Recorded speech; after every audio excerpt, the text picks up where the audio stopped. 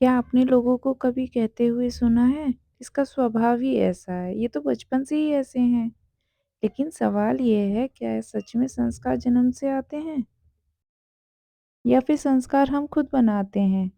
आज इस वीडियो में इस रहस्य को पूरी तरह साफ करेंगे। चलिए आगे चलते हैं।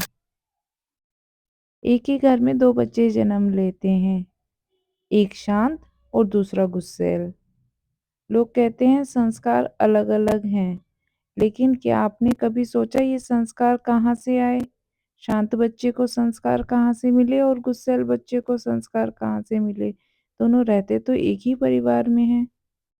संस्कार ना तो पूरी तरह जन्म से आते हैं और ना ही पूरी तरह बाहर से बनते हैं। संस्कार हैं आत्मा की स्मृति। संस्कार क्या होते हैं? जो हम बार-बार सोचते हैं, बार-बार करते हैं या बार-बार अनुभव करते हैं, वही संस्कार बन जाता है। जैसे बार-बार गुस्सा, गुस्से का संस्कार, बार-बार चिंता, चिंता का संस्कार, बार-बार शांति, शांति का संस्कार। आत्मा एक ही जन्म में अनेकों जन्म के कर्म करती है।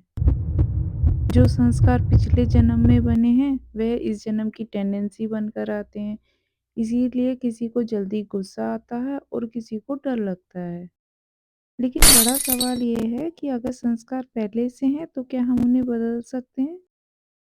जी हाँ, संस्कार बदले जा सकते हैं, लेकिन जबरदस्ती नहीं, समझ और अभ्यास से।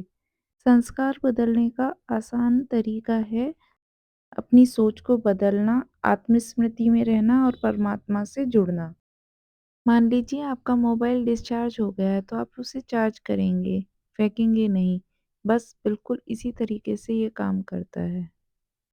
वैसे ही आत्मा जब परमात्मा से जुड़ती है तो पुराने नकारात्मक संस्कार धीरे-धीरे कमज़ोर पड़ जाते हैं। तो संस्कार परिवर्तन की असली की है राजयोग। राजयोग मेडिटेशन कोई आँख बंद करके बैठने की टेक्निक नहीं, बल्कि राजयोग आत्मा से परमात्मा का कनेक्शन है। परमात्मा शांति का सागर, पवित्रता का सागर, शक्ति का सागर है।